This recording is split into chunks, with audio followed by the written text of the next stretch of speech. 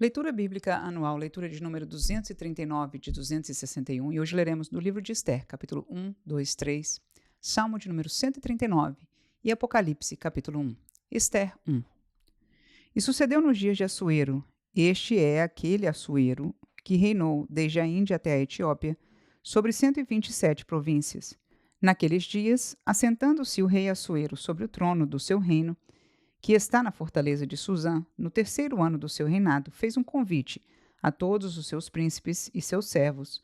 O poder da Pérsia e Média e os maiores senhores das províncias estavam perante ele, para mostrar as riquezas da glória do seu reino e o esplendor da sua excelente grandeza, por muitos dias, a saber, 180 dias. E acabados aqueles dias, fez o rei um convite a todo o povo que se achou na fortaleza de Suzã, desde o maior até o menor, por 7 dias, no pátio do jardim do Palácio Real. As tapeçarias eram de pano branco, verde e azul celeste, pendentes de cordões de linho fino e púrpura, e argolas de prata, e colunas de mármore. Os leitos eram de ouro e de prata, sobre um pavimento de pórfiro e de mármore, e de alabastro, e de pedras preciosas. E dava-se de beber em vasos de ouro, e os vasos eram diferentes uns dos outros. E havia muito vinho real, segundo o estado do rei. E o beber era, por lei, feito sem que ninguém forçasse a outro, porque assim o tinha ordenado o rei expressamente a todos os grandes da sua casa que fizessem conforme a vontade de cada um. Também a rainha Vasti fez um banquete para as mulheres da casa real do rei Assuero. E ao 7º dia, estando já o coração do rei alegre do vinho, mandou a Meumã, Bista, Arbona, Bigtá, Abagta, Zetar e Acarcas, os 7 eunucos que serviam na presença do rei Assuero, que introduzissem na presença do rei a rainha Vasti, com a coroa real, para mostrar aos povos e aos príncipes a sua formosura, porque era formosa à vista. Porém a rainha Vasti recusou vir conforme a palavra do rei, pela mão dos eunucos, pelo que o rei muito se enfureceu, e ardeu nele a sua ira. Então perguntou o rei aos sábios que entendiam dos tempos, porque assim se tratavam os negócios do rei, na presença de todos os que sabiam a lei e o direito. E os mais chegados a ele eram Carcena, Setar, Admata, Tarsis, Meres, Marcena, Memucã, os 7 príncipes dos persas e dos medos, que viam a face do rei e se assentavam os primeiros no reino. O que, segundo a lei, se devia fazer da rainha Vasti, por não haver cumprido o mandado do rei Assuero, pela mão dos eunucos. Então disse Memucã na presença do rei e dos príncipes: não somente pecou contra o rei e a rainha Vasti, mas também contra todos os príncipes e contra todos os povos que há em todas as províncias do rei Assuero, porque a notícia deste feito da rainha sairá a todas as mulheres, de modo que desprezarão a seus maridos aos seus olhos, quando se disser, mandou o rei Assuero que introduzissem à sua presença a rainha Vasti, porém ela não veio. E neste mesmo dia as princesas da Pérsia e da Média dirão o mesmo a todos os príncipes do rei, ouvindo o feito da rainha, e assim haverá assaz desprezo e indignação. Se bem parece ao rei, saia da sua parte um edito real, e escreva-se nas leis dos persas e dos medos, e não se revogue que Vasti não entre mais na presença do rei Assuero, e o rei dê o reino dela à sua companheira, que seja melhor do que ela. E ouvindo-se o mandado que o rei decretar em todo o seu reino, porque é grande, todas as mulheres darão honra a seus maridos, desde a maior até a menor. E pareceram bem estas palavras aos olhos do rei e dos príncipes, e fez o rei conforme a palavra de Memucã. Então enviou cartas a todas as províncias do rei, a cada província segundo a sua escritura, e a cada povo segundo a sua língua, que cada homem fosse senhor em sua casa, e que isso se publicasse em todos os povos conforme a língua de cada um. Esther 2. Passadas essas coisas, e apaziguado já o furor do rei Assuero, lembrou-se de Vasti e do que fizera, e do que se tinha decretado a seu respeito. Então disseram os jovens do rei que lhe serviam: busquem-se para o rei moças virgens, formosas à vista, e põe o rei comissários em todas as províncias do seu reino, que reúnam todas as moças virgens, formosas à vista, na fortaleza de Susã, na casa das mulheres, debaixo da mão de Hegai, eunuco do rei, guarda das mulheres, e dêem-se-lhes os seus enfeites. E a moça que parecer bem aos olhos do rei reine em lugar de Vasti. E isso pareceu bem aos olhos do rei, e assim fez. Havia então um homem judeu na fortaleza de Susã, cujo nome era Mardoqueu, filho de Jair, filho de Simei, filho de Quis, homem benjamita, que fora transportado de Jerusalém, com os cativos que foram levados com Jeconias, rei de Judá, ao qual transportara Nabucodonosor, rei de Babilônia. Este criara a Hadassa, que é Ester, filha do seu tio, porque não tinha pai nem mãe, e era moça bela de aparência e formosa à vista. E morrendo seu pai e sua mãe, Mardoqueu a tomara por sua filha. Sucedeu, pois, que, divulgando-se o mandado do rei e a sua lei, e ajuntando-se muitas moças na fortaleza de Susã, debaixo da mão de Hegai, também levaram Ester à casa do rei, debaixo da mão de Hegai, guarda das mulheres. E a moça pareceu formosa aos seus olhos, e alcançou graça perante ele, pelo que se apressou em dar-lhe os seus enfeites e os seus alimentos, como também em lhe dar 7 moças de respeito da casa do rei, e a fez passar com as suas moças ao melhor lugar da casa das mulheres. Ester, porém, não declarou o seu povo e a sua parentela, porque Mardoqueu lhe tinha ordenado que o não declarasse. E passeava Mardoqueu cada dia diante do pátio da casa das mulheres para se informar de como Ester passava e do que lhe sucederia. E chegando já a vez de cada moça para vir ao rei Assuero, depois que fora feito a cada uma, segundo a lei das mulheres, por 12 meses, porque assim se cumpriam os dias das suas purificações, 6 meses com óleo de mirra, e 6 meses com especiarias e com as coisas para a purificação das mulheres. Desta maneira, pois entrava a moça ao rei, tudo quanto ela desejava se lhe dava para ir da casa das mulheres à casa do rei. À tarde entrava e pela manhã tornava à segunda casa das mulheres, debaixo da mão de Saagás, eunuco do rei, guarda das concubinas. Não tornava mais ao rei, salvo se o rei a desejasse e fosse chamada por nome. Chegando, pois, a vez de Ester, filha de Abiail, tio de Mardoqueu, que a tomara por sua filha, para ir ao rei, coisa nenhuma pediu, senão o que disse Hegai, eunuco do rei, guarda das mulheres, e alcançava Ester graça aos olhos de todos quantos haviam. Assim foi levada Ester ao rei Assuero, à casa real, ao 10º mês, que é o mês de Tebete, no 7º ano do seu reinado. E o rei amou a Ester mais do que a todas as mulheres, e ela alcançou perante ele graça e benevolência mais do que todas as virgens, e pôs a coroa real na sua cabeça, e a fez rainha em lugar de Vasti. Então o rei fez um grande convite a todos os seus príncipes e aos seus servos para a festa de Ester, e deu repouso às províncias, e fez presentes segundo o estado do rei. E reunindo-se segunda vez as virgens, Mardoqueu estava assentado à porta do rei. Ester, porém, não declarava a sua parentela e o seu povo, como Mardoqueu lhe ordenara, porque Ester cumpria o mandado de Mardoqueu, como quando a criara. Naqueles dias, assentando-se Mardoqueu à porta do rei, 2 eunucos do rei, dos guardas da porta, Bigtã e Teres, grandemente se indignaram e procuraram pôr as mãos sobre o rei Assuero. E veio isso ao conhecimento de Mardoqueu, e ele o fez saber à rainha Ester, e Ester o disse ao rei, em nome de Mardoqueu. E inquiriu-se o negócio, e se descobriu, e ambos foram enforcados numa forca. Isso foi escrito no livro das crônicas perante o rei. Ester 3. Depois dessas coisas, o rei Assuero engrandeceu a Amã, filho de Amedata, Agagita, e o exaltou, e pôs o seu lugar acima de todos os príncipes que estavam com ele.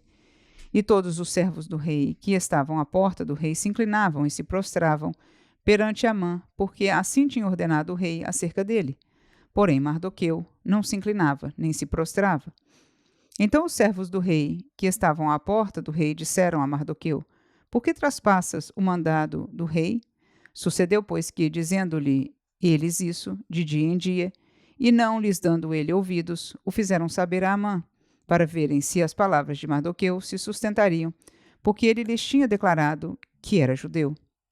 Vendo, pois, Amã que Mardoqueu não se inclinava nem se prostrava diante dele, Amã se encheu de furor, Porém, em seus olhos, teve em pouco o pôr as mãos só sobre Mardoqueu, porque lhe haviam declarado o povo de Mardoqueu. Amã, pois, procurou destruir todos os judeus que havia em todo o reino de Assuero, ao povo de Mardoqueu. No primeiro mês, que é o mês de Nissan, no ano 12º do rei Assuero, se lançou isto é, a sorte perante Amã, de dia em dia e de mês em mês, até o 12º mês, que é o mês de Adar. E Amã disse ao rei Assuero: Existe espalhado e dividido entre os povos, em todas as províncias do teu reino, um povo cujas leis são diferentes das leis de todos os povos, e que não cumpre as leis do rei, pelo que não convém ao rei deixá-lo ficar. Se bem parecer ao rei, escreva-se que os matem, e eu porei nas mãos dos que fizerem a obra 10.000 talentos de prata, para que entrem nos tesouros do rei. Então tirou o rei o anel da sua mão e o deu a Amã, filho de Amedata, Agagita, adversário dos judeus. E disse o rei a Amã: Essa prata te é dada, como também esse povo, para fazeres dele o que bem parecer aos teus olhos.